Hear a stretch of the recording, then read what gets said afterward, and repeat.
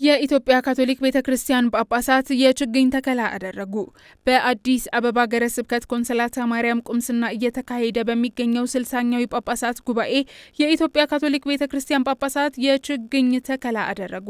ሁለተኛ ቀኑን በያዘው 60ኛው ጉባኤ በኢትዮጵያ ቅድስት መንበር ተወካይ ሊቀ ጳጳስ ብፁዕ አቡነ ብራያን ኡዳግዌ በመገኘት የርዕሰ ሊቃነ ጳጳሳት ሌዮ 14ኛን የአብሮነት መልእክት አስተላልፈዋል። የ12 ሀገረ ስብከቶች ብፁዓን ጳጳሳት 60ኛው ጉባኤ በቤተ ክርስቲያን ወቅታዊ ሁኔታዎች ላይ ውይይት በማድረግ በሁለተኛው ቀን የችግኝ ተከላ ማድረጋቸውን የሆሳዕና አገረ ስብከት ጳጳስ ብፁዕ አቡነ ስዩም ፍራንሷ ገልጸዋል። ይህ የኢትዮጵያ የካቶሊካዊት ቤተክርስቲያን የጳጳሳት ጉባኤ 60ኛው ነው። በዚህ ውስጥ የተለያየ አጀንዳዎችን አንስተን በመወያየት ላይ እንገኛለን። በተለይም አሁን የቤተክርስቲያናችን በዋናነት የወጣቶች ጉዳይን እንደ አንዱ አጀንዳ አድርጋ በሱ ዙሪያ ላይ ወጣቶችን የበለጠ በማሳተፍ በቤተክርስቲያን ተልእኮና በልማቱም በመንፈሳዊነቱም ጠንክረው እንዲሄዱ እሱ አንዱ የመከርንበት ጉዳይ ነው። ዛሬ ደግሞ በዚህ እንዳያችሁት ያደረግነው አንድ መጽሐፈ ቅዱሳዊ የሆነ አስተምሮ ነው። ምድርን አልማ ተንከባከብ የእግዚአብሔር ቃል ትእዛዝ ነው።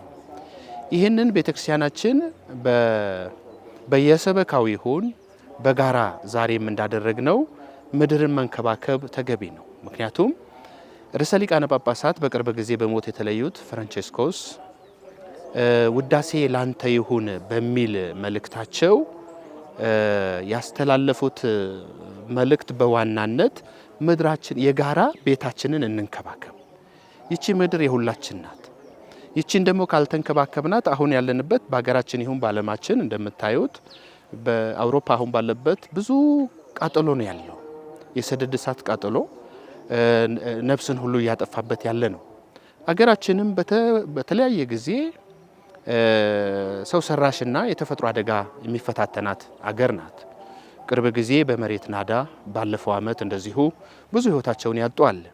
ይሄንን ቤተክርስቲያናችን ሰብአዊ ሁለንተናዊ እድገት ላይ በመመርኮዝ ምድርንም ሰውንም በመንፈሳዊም በቁስም ማደግና መንከባከብ ያስፈልጋል ብላ ታምናለች።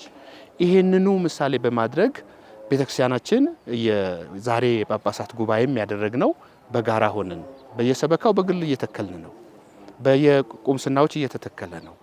ነገር ግን ደግሞ ዛሬ በጋራ ሆነን ይሄንን የቤተክርስቲያናችን አንዱ አጀንዳ አድርገን እየተንቀሳቀስን ነው። ምክንያቱም ምድርን መጠበቅና ማልማት የቤተክርስቲያን ብቻ ሳይሆን የእግዚአብሔር ቃል ትእዛዝ በመሆኑ ዛሬ የምንተክለው ዛሬ ዛፍ ብቻ አይደለም የተከል ነው። ይሄ ነገር በተለያየ መልኩ በሀገራችን አሁን እየተከናወነ ያለውን በምናይበት ጊዜ መሬታችን ተራቁታ ነበረ። ከ3% ወደ 23% ከፍ ማለት የማልማት ስራ ይሄ ትልቅ ስራና ሊመሰገን ያለበት ነው። በዚህ ውስጥ ደግሞ የሁላችን አሻራ ያስፈልጋል።